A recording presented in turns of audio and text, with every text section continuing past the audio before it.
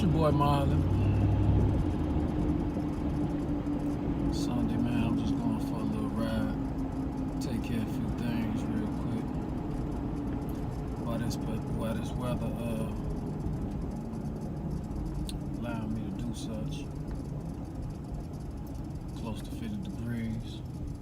About 3 days ago, it was well below zero. Snow, ice everywhere, whole streets covered. You get frostbitten, just being out, just skin exposed for too long.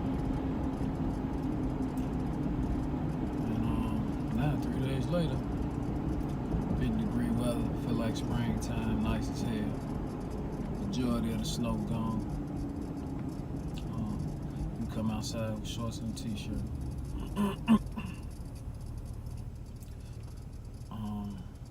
I don't know about a lot of you guys, but to me that seems vaguely odd.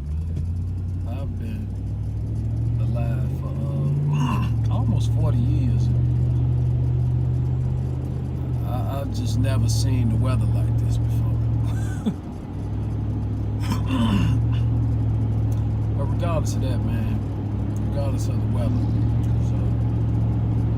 it's an entirely different topic from what I plan to talk about briefly.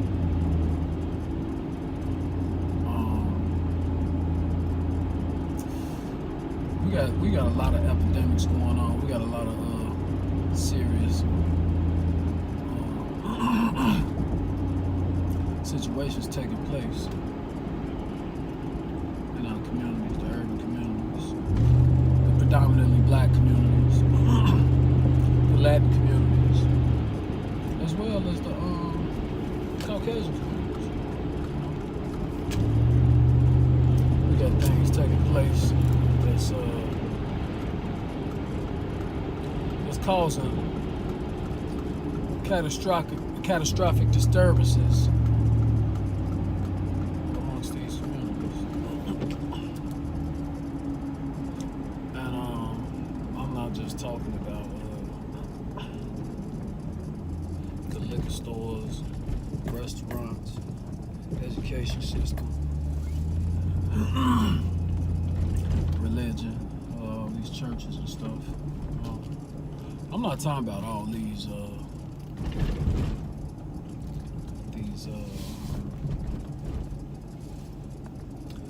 devastating ailments that's been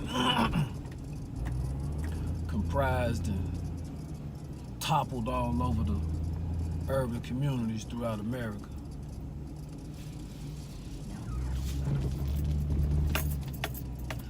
And believe me when I tell you, and I know I might seem like just a black man babbling about his about things he's been through, but these are all very serious, very damaging topics and subjects that I'm expressing that take place in the urban community on a regular basis. And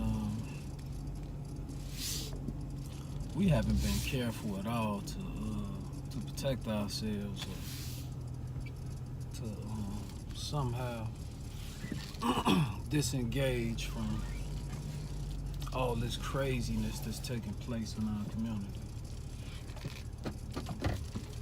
We've actually, to some degree, welcomed it.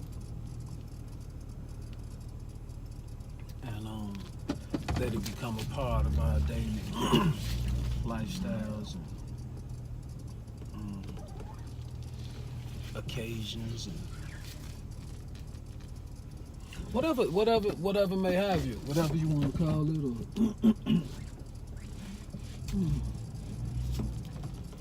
whatever you may call it.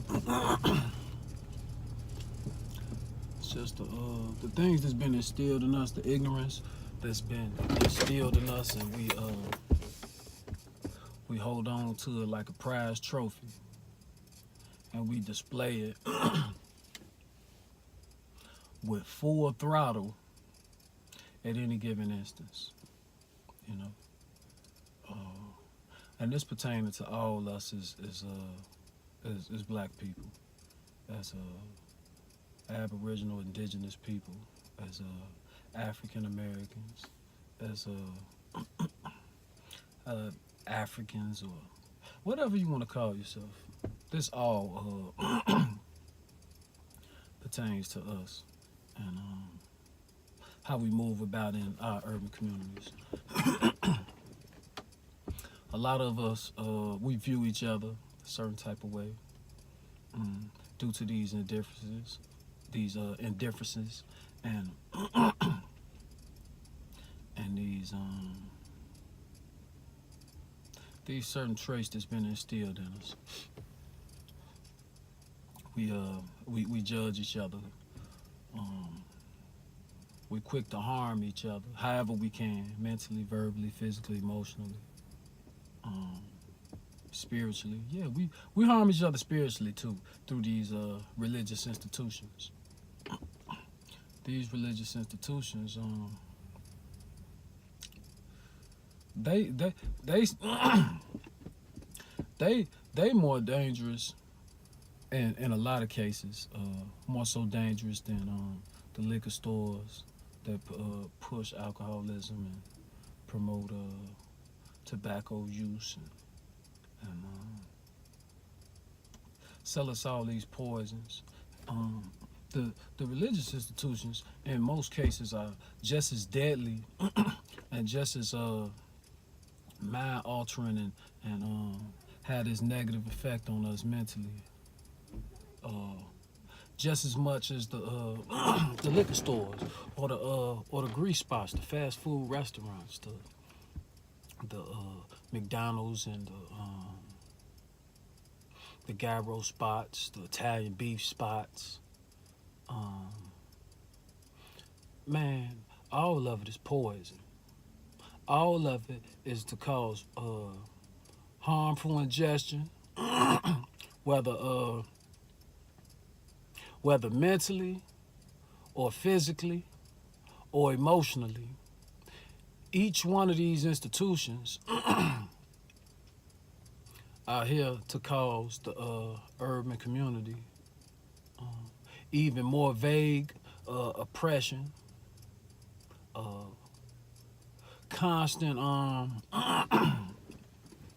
constant deterioration of ourselves, our minds, our way of thinking, our outlooks, our understanding, and nobody's exempt, myself included.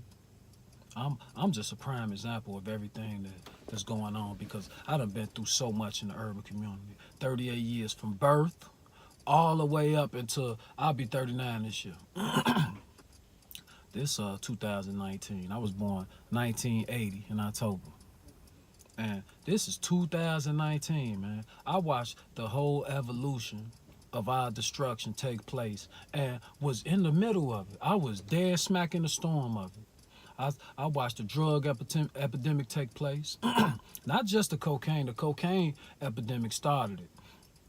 Tore up our families, decimated our families and our black men and our black women, turned them into either fiends or hustlers, and caused this greed culture to be bred upon us. Well, we gotta have certain things and look a certain way and live a certain way, and if you're not doing this, then you beneath us, or we view you like you ain't shit. Now these are brothers and sisters, man. This is our black brothers and sisters who we grew up with in poverty, in oppression, in segregation, and racism. These are the people that we held hands with and stood firm with in the face of adversity and it's just some horrible things. We stood together throughout these horrible things, and once they implanted crack cocaine in our community, they fucked us up, tore us down. First and foremost, man, all this shit was intentional. Everything was purpose driven. You know, this wasn't something that just an experiment that happened by accident and cocaine just happened to be all throughout the urban communities by accident, and you know, that was never the case. Crack cocaine was intentionally put in the black and urban communities to destroy the families, to destroy the upbringing, to contaminate the areas. Um, it excuse me, but it was just a purposeful and constant event taking place all throughout the urban communities. So that was the first installation of destroying us. From what I witnessed, from my 38 years of life, from what I witnessed, crack cocaine was intentionally placed in the urban communities to destroy us, and it did a great job. It did a wonderful job. Our families was tore apart by this. Our fathers was imprisoned. Our fathers were killed. Our fathers were addicted to making money off this thing by any means. We'd sell it to our brother, our sister, our mom, our father, just to make some money, because we were so heavily oppressed at the time before crack cocaine hit that finances were just we really didn't have much. We didn't really have much of anything, and given the opportunity to make some money by destroying our own people, we ate it up. We took that chance and we ate it up, and we made money, and we made hundreds and thousands, and we made a lot of money doing the shit. Myself included, because I sold crack cocaine to my people on the east side of Chicago, 79th and Manistee, Marquette, Burnham, Lakeside, what they called us. You know, I sold a whole bunch of cocaine to people.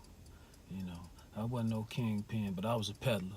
I was a heavy peddler and hustler in the streets and dealing cocaine to everybody who used it. And these are facts. This is a true story. This is not a made-up story or anything fabricated. These are things that I've actually been through.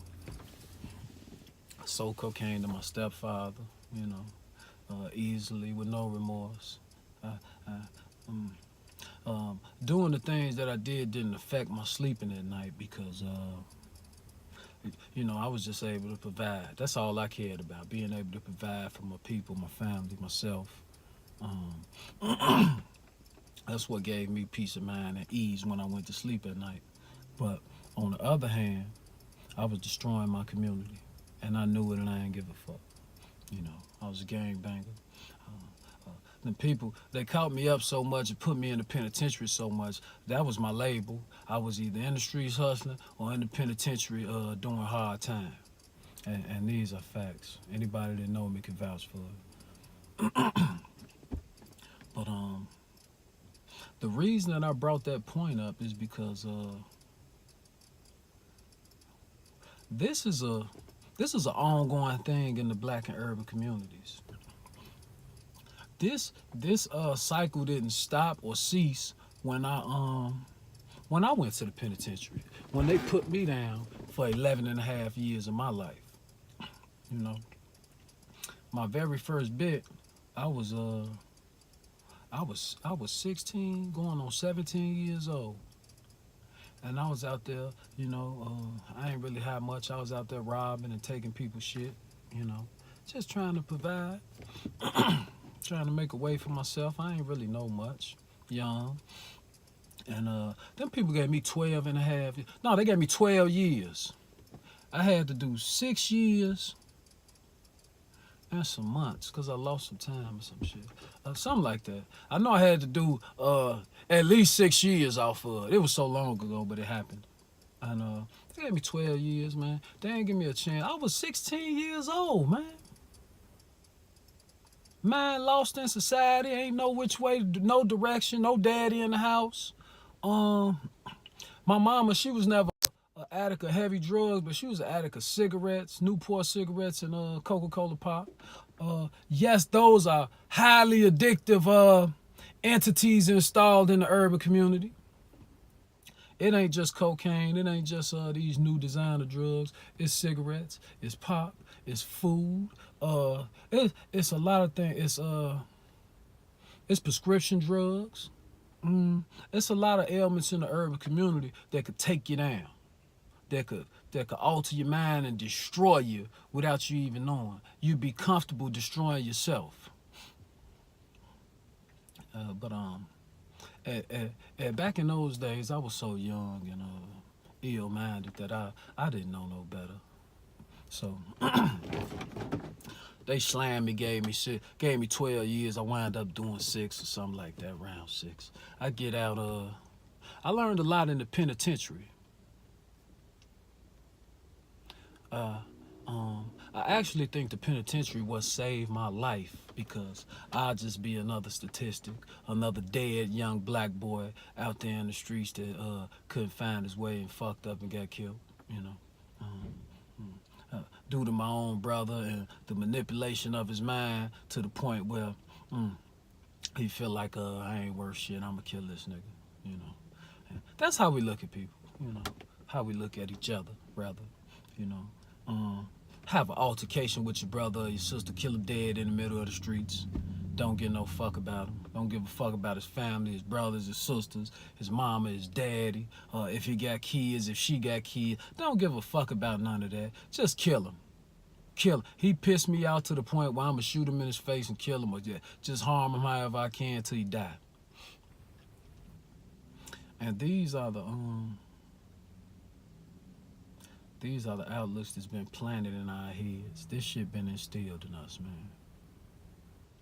I remember before things got decimated and shit got critical in the urban communities, we was all brothers and sisters. Nobody really had much. Nobody really outshined each other, you know. We was a unified community that just did what we could to survive and protect each other and take care of each other, you know. We had multiple outlets to achieve these things in the uplifting of our brothers and sisters. But every one of these things has been tainted and corrupted through during the times of just living, just experiences, just life. From the early 90s, from 91, 92, 1991, 1992, to when I could understand things and, you know, just take things in and gather information and break it down and assemble it to where, you know, it probably need to be at. I witnessed all this take place. I witnessed us go through this metamorphosis of humanism.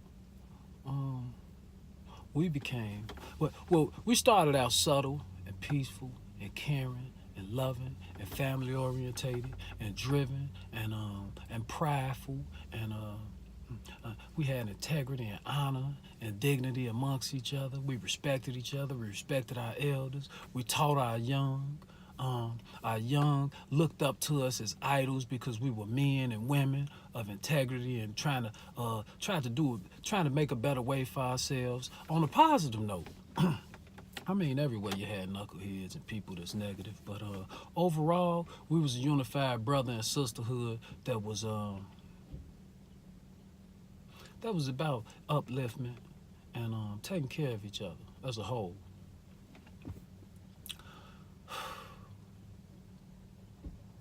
Then cocaine hit. Then hip hop became tainted. The Jews and the Europeans, and they got their hands in hip hop because hip hop was one of the first outlets to give us a positive outlook at each other.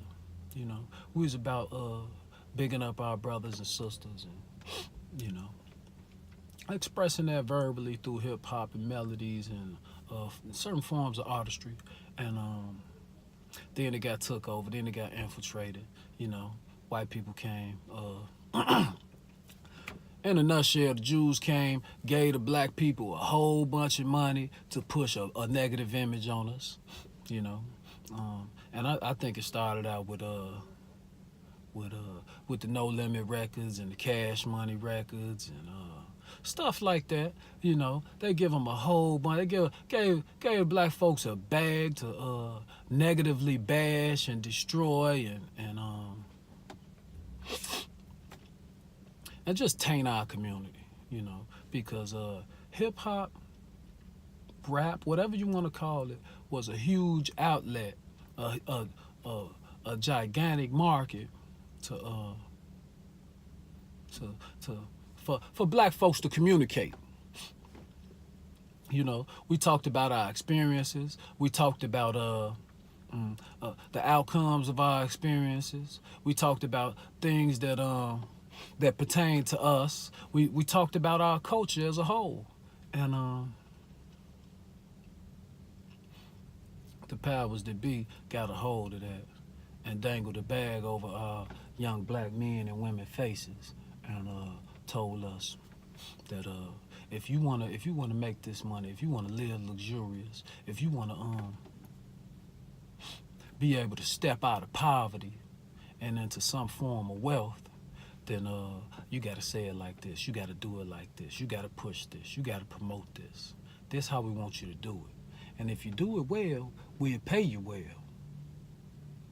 Now, you talk that positive shit, that uplifting shit if you want to, you won't make no money, you know, because it's a wave finna come, and we gonna have this wave on lock by any means, you know. And if you don't want to do it, you don't want these millions or you don't want these hundreds of thousands, then get the fuck on. We'll find somebody who want it. I know it's people who want it. Motherfuckers ain't never had shit. So you gotta understand that we've been infiltrated through all forms of socialism,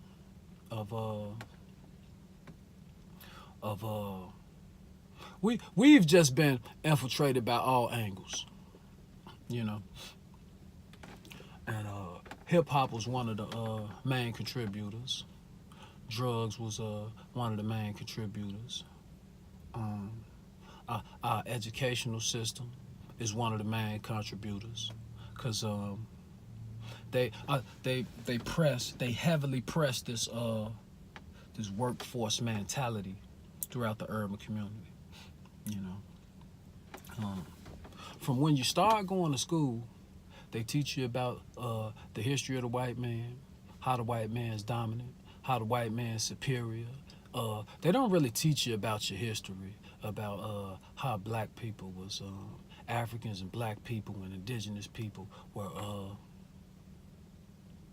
I'm just gonna say it in a nutshell. We was the shit. We was everything. We was the richest people. We was the most prominent people. We were the people that literally made something out of nothing. We was the most driven and determined and focused people, and the powers that be came and saw that and destroyed that. And today we living in amongst society, and we are they don't even consider us humans. They give us a percentage of humanism. They don't consider if a person outside of the black race stand face to face with you and look you dead in the eye, they do not consider a black man or a black woman 100% just a worthy human. They don't consider us that. They look at us like we beneath them. And these are majority races. The majority of the races, they look at us like we ain't shit. And we continue to prove them to be correct in most cases, because not because we actually believe we ain't shit. That belief has been instilled upon us. It's because our actions, um, our actions prove them to be correct on so many scales. You know, we don't show no love or compassion for each other whatsoever. All we do is take from each other. All we do is envy each other. All we do is hate each other to the vast utmost of hatred. All we do is destroy and kill each other. Um, these are things that run rampant throughout the urban and black communities. You know, it's so of the norm that when we have days of just pure peace and prosperity and positiveness, it's abnormal. You know, we're looking like, what the fuck? Damn, what's going on? Why ain't no killing or murders, or why ain't no hostility or violence? Because that's our norm. That's what we used to. We used to the bullshit. We used to turning up. We used to acting a fool. We used to laying a motherfucker down. We used to doing drugs. We used to kicking it. We used to living only once. We used to not giving a fuck about our future. We used to being deadbeat parents. We used to neglecting our families. That's why they look at us like we ain't shit, man. Do you know these other races, man, hold their family and they race so high? So high? Let me ask you this. With all the killings of black people due to police and white low-key racists and just all type of abnormalities that happen to black people within America. You know, police could shoot the shit out of a black man driving in a car with his wife and his kids, and the consequences be slim to none. In most cases, you just get death duty or some type of bullshit slap on the wrist for killing a person, for actually taking a person's life in front of his loved ones, in front of his family. Now, imagine that happening and being viewed to the mass media from a different perspective. Imagine that happening to a Chinese man, or Asian Korean man, or Arab, or a Jewish man, a German man, a Yugoslavian man. Imagine those instances constantly occurring within the United States and being shown throughout the mass media to the world. Imagine that. Other races simply wouldn't tolerate it. They just ain't going for it, man. The Chinese people ain't going for it. The Jews, the Arabs, they ain't going for it.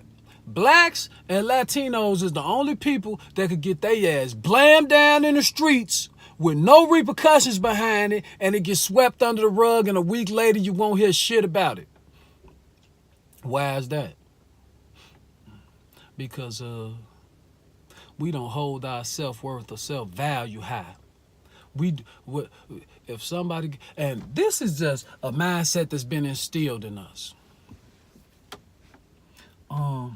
Say for instance, you live in an urban community, you're a black man, it don't matter. You're a young man, old man, middle-aged man, it don't matter. You're a black man or a woman and live in an urban community, and you see your people, getting shot down on a regular by police, by each other,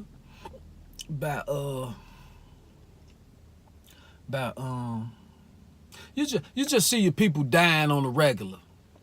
When you become so, and you see people going to jail, and you see your people hooked on these drugs, and you see your people suffering from all these illnesses from the food that we intake. When you see so much drama and so many things being done to you on a constant basis, this a regular feed of information that you intaking on a regular, you become you become numb to it.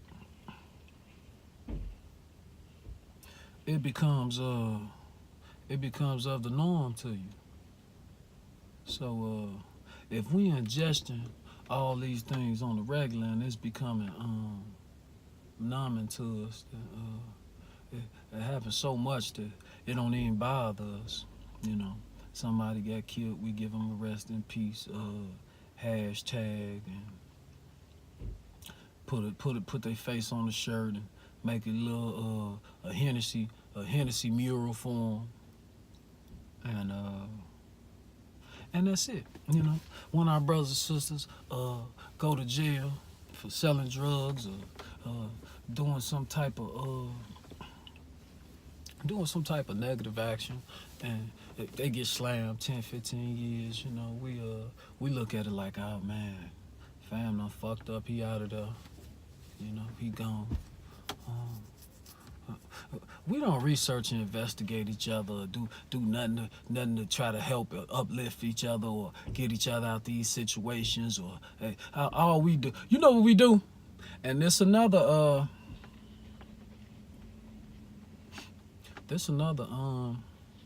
instillment that's been placed in the minds of us. We go to church about it. We pray about it. What would Jesus do in this situation? Let's all instill religion into them to the point where when we take one of their lives or kill them or do them dirty in the court system or treat them wrong as children or completely railroad them as adults, just put them in the church and let them pray about it. You know, they'll shut the fuck up. Just let them pray.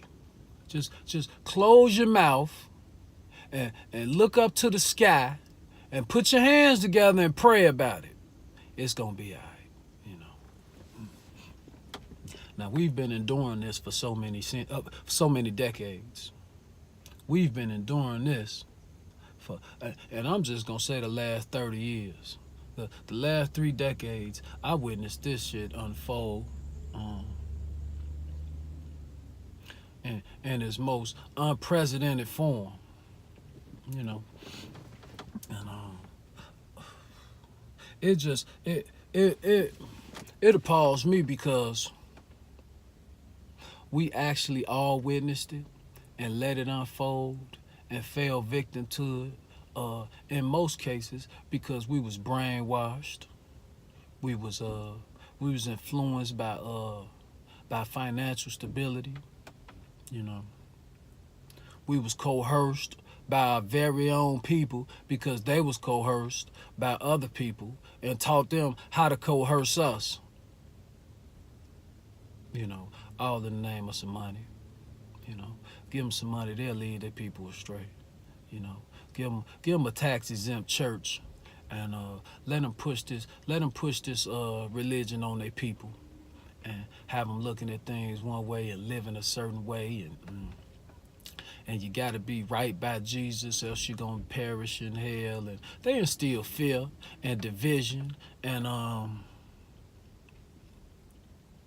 just a negative mindset and insight about everything pertaining to the black community or the urban community.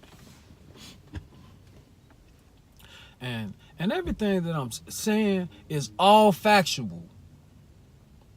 I can say that it's all factual without a doubt in my mind because I actually experienced everything I'm talking about.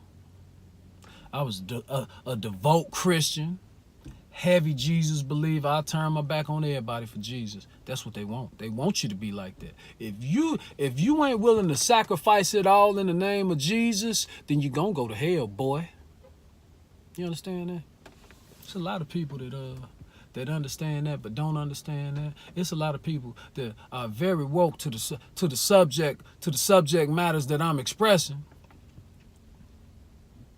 but they rather remain in denial because of all the years they've been misled and misguided, and it just make us feel some type of way, you know.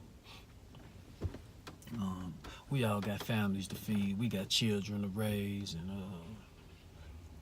we've lived off these lies for so long that the lies are the norm now. These lies within the urban community are the norm now.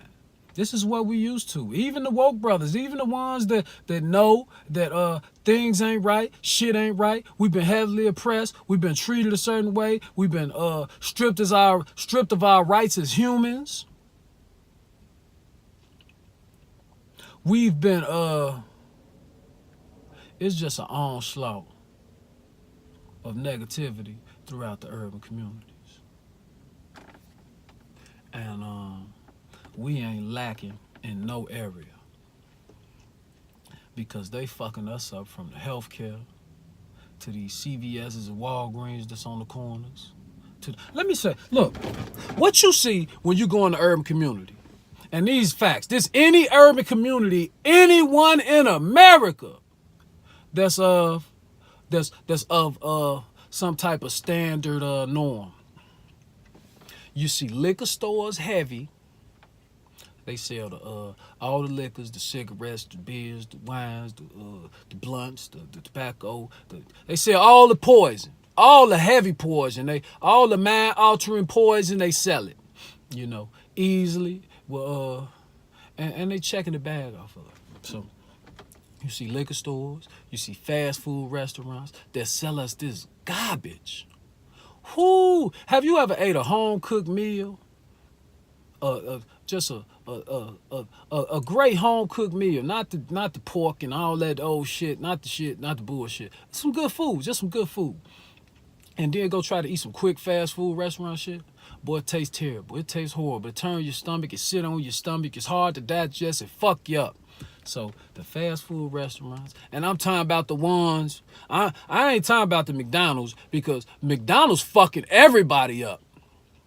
But I'm talking about the ones specifically placed in the urban community, these gyro spots, these fast food grease spots. They make a bag off selling us greasy ass fries and dripping grease and meat and just all type of garbage. Then you got the churches. You got just as many churches as liquor stores and beauty supplies around in the urban community. The churches, because the churches, all the churches tax exempt. Once you get a church and you sign in the government and you get your tax exemption and your certain perks for pushing religion, certain religions, then you could just post up. You could bring them all in. You could sway them all in the name of Jesus. And you check your bag and you pay your little bills and shit for the church and, hit whoever you want to hit and everything else yours. That's how these pastors with these mega churches and these local churches, that's how they survive, off swaying the people. Okay, so you got the churches. Then you got the beauty supplies, the suppliers of beauty, who give you all of the fake weave and the fake lashes and the fake nails and all the shit to put all on your face, cake up in your skin and the Koreans, the Asians, the Chinese, they checking all that money right there. And believe me, it's a lot of money in there. They also got the laundromats because, in the urban communities, we don't got much. People could barely afford to keep a roof over their head, let alone a washer and a dryer. So laundromats run rampant throughout the urban community. And who own them? Chinese people, Europeans. They own all them because you got to wash your clothes. You got to keep your shit clean. We can't afford to buy these crazy high expensive ass clothes. So we got to constantly wash our shit. They check a bag off that. What else? Then we go to the clothing stores and the shoe stores. They got the clothing and the shoes. Do y'all know the expenses of clothing now in the urban community? How much it costs to get fresh and look nice amongst your peers in the urban community? Oh man, the pants $800, $900, $1,000. Not no high quality ass, some little bullshit with some colorful pockets and golden designs and shit and rips all in them. And they cost $1,000. Put a name on it, charge them a lot, they'll buy it. The niggas will buy it because the hip hop pushing it. Shoes, the cars, all these car lots, these used car lots. Who y'all see own these? Who y'all see running these used car lots that's decimated all throughout the urban communities? The Jews, the Arabs. They checking the bag, selling these bogus ass cars to our people. Cars that a lot of cars they sell them as is, no warranty, no liability at all. You just, if you buy it, you buy it. Once you get it off the lot, if it break down. I remember one time I bought a lemon. I bought a car, a Grand Prix. Got off the lot. It was started up, looking good, smelling good, clean. You know, they cleaned it out, had it looking good and shit for you. Then as soon as I drove off the lot, no bullshit. I ain't get about 3-4 blocks for it. I seen the engine light, check engine light come on, all this shit, man. And I done saved up my little couple $1,000, put it down on it, and wind up buying some bullshit. This happens all over the urban communities on a regular. So car lots check a bag off of us. What'd I say? Liquor stores, churches, beauty supplies, laundromats, car lots, fast food restaurants, education. Our schools ain't shit. Y'all know that. Everybody know that. If you think, and I'm just gonna refrain from going to all the schools. I'm gonna say Chicago public schools. If you think Chicago public schooling is highly informative and educational driven, and it's all about learning and your ABCs and 1, 2, 3s and all that shit. All they want to do is instill a certain mindset in you to get you in this workforce. Get you going in this workforce so y'all could keep these gigantic conglomerates going, these Targets and these big ass grocery stores and just a lot of different places where the powers that be can form commerce off our hard working labor. You know, they got to keep this going, so they got to instill a certain mindset in the school and a workforce mentality, a working mindset. If you don't work, you don't eat. We're gonna look at you a certain way if you can't make no money, and you know, they demoralize you when you ain't working. They just look at you like you ain't shit. And this all us. You know, if you ain't got no job, you ain't got no income, you ain't got no substance, you ain't got no financial stability, you ain't got nothing going on for yourself, then we look at you like you ain't shit. You know, so school ain't nothing. What else they got that fuck us up? Well, they got gas stations, and everybody need gas because we buy these cars and all this shit. Who in the urban community? There's plenty of gas stations. Who all own them? Who all run them? Who all work in them? Not no black folks. If you do work in them, you work at the cash register or some shit. You know, clean it up or something. But ain't no motherfucker owning no gas stations. Do you know how it ain't even a thought in a black person's mind in urban community to get a gas station? Like, man, let me invest and get this gas station. Everybody always need gas forever. So let me get it. Let me try to invest and get a gas station. Boy, we don't own no gas station. All Jews, all Arabs, you might see Chinaman or some shit. They own the gas stations. They checking all that bag. So I think I got it pretty much covered. Housing. Y'all know housing, real estate is a big thing. And now with the real estate market being so saturated and overflushed with hustlers, that and you could get some real estate. It ain't no big thing to get no real estate. Black people in the market of real estate right now trying to check some money. But the overall balance of individuals that actually own big real estate throughout Chicagoland and throughout these urban communities, period, It's Europeans, Caucasians, you know. Black folks ain't getting much out of no real estate. You know, you luck up, get you a couple $100,000 because you hustle hard. But man, all these urban communities where these houses and apartment buildings and blocks and neighborhoods and sections, the real estate owned in there ain't by black people. Black people barely own their homes. A lot of us rent so much that we'll rent for 20, 30 years, man. We'll rent for 20, 30 years. Bullshit ass apartments and shit too. But the few black people that do have their houses, you could go on any given block in the urban community and you'd be lucky if you have 5 black homeowners on each block. You'd be hard pressed to find them. But they got their share in real estate. It's just the urban community, and this is my personal opinion and what I've witnessed throughout my years of existing on Earth. Everybody checking some money off the urban community, except the people who live in the urban community. And I can't put it no more factual than that. You know? But and it's one more other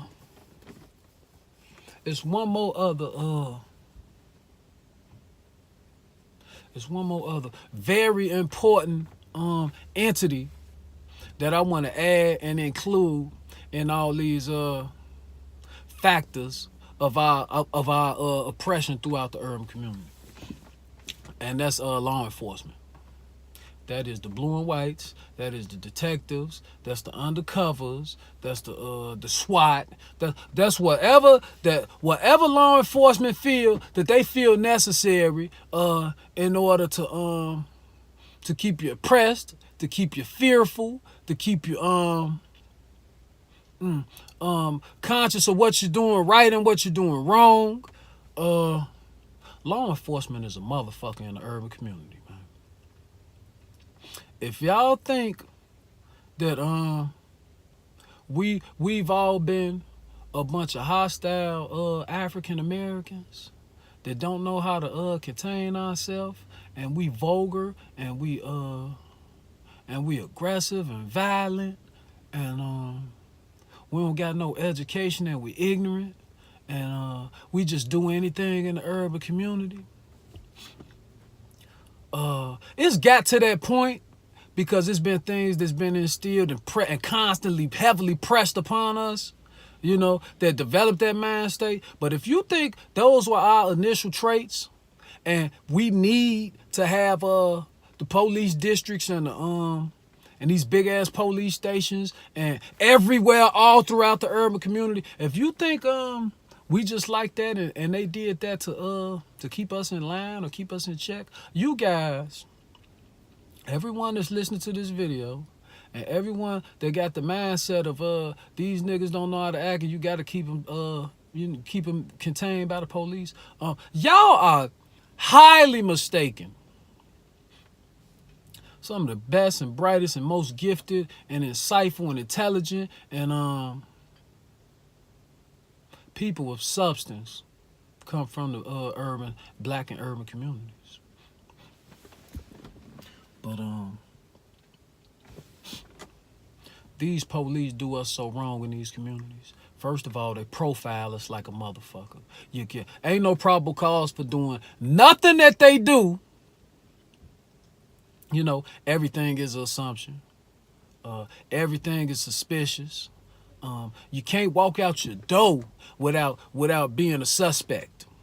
If you say, for instance, you walk out your door and you got on all black, and it's nighttime, and you on your way somewhere, to a party or to a friend's house or anything, and the police happen to ride past while you walking out your door, the detectives or the blue and whites, it don't matter. They all treat you dirty. You are automatically a suspect for anything that can possibly occur, you know, in the eyes of these neighborhood surveyors, because that's what they do. They ride through our neighborhoods all day, all night, all types of night, and early in the morning, and look for somebody to pop off, look for somebody that looks suspicious. They got the green light on whatever they want to do, you know, and they haul us in these precincts and these stations on these bullshit charges and take us down and, you know, put us through the processing system so we could be processed through the penal system and through the judicial system, you know. They lock us up for whatever they can just to get us in the system, get us going, get us a background started. And once you start your background, it's like you're in it. Okay. From juvenile to all the way to early adulthood, all the way to, man, this shit can follow you. You be 50 years old with a felon on your background that you caught when you was 16. Man, they do some things in the urban community, you know. And I ain't saying that the people of the urban community are saints or angels, by no means. But everything that we doing, everything we did, all the negativity that's swarming and the cloud of negativity that's floating over the urban communities, all this shit been impressed upon us. All this shit, these actions and ways been instilled in us, you know. So once they press and place these certain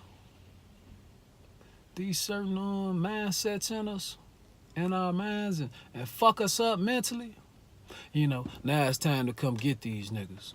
You know, a lot of them ignorant, a lot of them don't know no law, a lot of them, you know, they ain't got no money, so we could do them however we want to do them in the court system. It's just so many things I could pertain to, man, and it's really sad how we let them get us, because they got us and we let them get us, you know. All the strong black men with great minds and great insight and know how to convert that insight verbally and physically and upon the masses and you know, correlate with their brothers and sisters and able to help them get an understanding about themselves and having some sense of pride and respect and union and community about themselves. They lock them up. They take their freedom away. Lock them up for years at a time. Try to break them. You know, it's all type of horrid situations that go on in the penitentiary and the Cook counties and all these isolated sections. I've been through them. And the people that happen to get away from the incarceration stages of the incarceration stage that they try to plant upon us, they kill them. You know, they kill them or turn their people against them, or, you know, devalue them. They just tear us down. They just tear us the fuck down. You know, we got brothers like Malcolm and Martin and Fred Hampton and Noble Drew Ali. Man, you got so many brothers. You got so many honorable, intellectual brothers that tried to uplift us and lead us in a different direction, and they killed them. They told they killed them. They just destroyed them, man. We can't have these niggas. We can't have these black folks in these urban communities thinking they worth more than what we want them to be. You know, all we want them to be is workers and drug addicts and criminals, so we could keep them through these court systems and keep them through this process, because private corporations make so much money off the penitentiaries. Penitentiaries are now privatized organizations, and our labor, it costs roughly $30,000 to house, feed, and secure an inmate in the Department of Corrections. All these inmates, it's so many inmates, it's millions of inmates throughout the United States, and Each one of them, it costs 30,000 to feed. In some places, costs way less, you know. But 30,000 is like the borderline price to, you know, house, feed, and, you know, shelter, inmate, and all that shit. But the labor, the intensified labor, and the amount of money that these corporations make from Department of Corrections institutions are profound amounts of money. You could actually work in the penitentiaries. You could work. You make clothes. You make food. They still got the chain gang going on in some areas. It's just a lot of different labor that go on in these departments of corrections, and the pay is they pay you 9 cents an hour or some shit like that. You will get your state pay, your monthly state pay will be $29, $28. That's average. That's an average state pay. And that's it. That's just normal working hours, 8-9 hours a day, you know, at 5 days a week. And you get paid 9, 10 cents, 8 cents, 7 cents in some cases. And you make about a good $30 a month. So to house and pay you for years at a time, it costs $3,030 annually, or $3,000 a good about 3,500 roughly a year, you know. But each inmate can make thousands of dollars for these people weekly, thousands worth of labor. You know, the same labor that they'll have to pay minimum wage for, or $9-10 for, they paying you 9 cents an hour.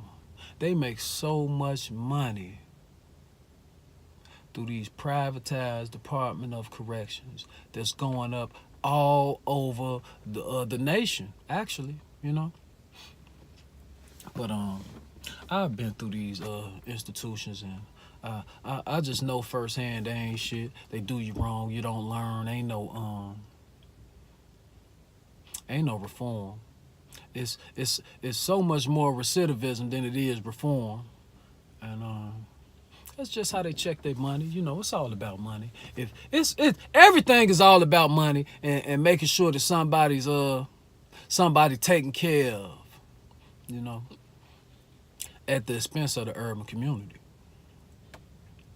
And if you think otherwise, you've been blind, you've been hoodwinked. If you know better, but you still want to turn the cheek and don't pay no attention to it, man, if you think the way the urban community is getting treated and oppressed and demoralized as a human community, if you think that ain't gonna reach out and bite you in your ass because you somewhere in the suburbs and you drive a BMW, or your car nice and your credit good and your house nice and your kids are going to school and you can put them through college, if you think that ain't gonna affect you, man, just look at the culture of urbanism.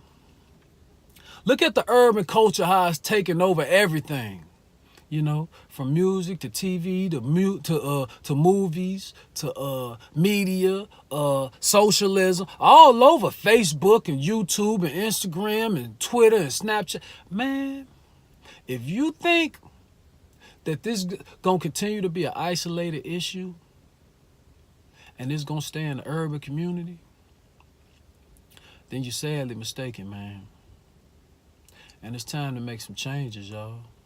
Everybody know it's time to make some changes, because if we ain't willing to make these changes is going to be forced upon us, and it's going to be from a negative aspect. It's going to be from a totally negative perspective. I just want people to think about shit, you know.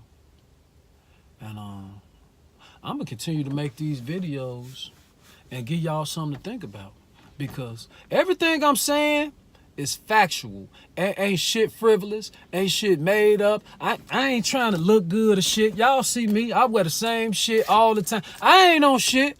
I'm just here to make motherfuckers think about shit and get an understanding about shit and know that this division that's been placed upon us, man, has been intentional, and it's time to change this shit, y'all. Oh man.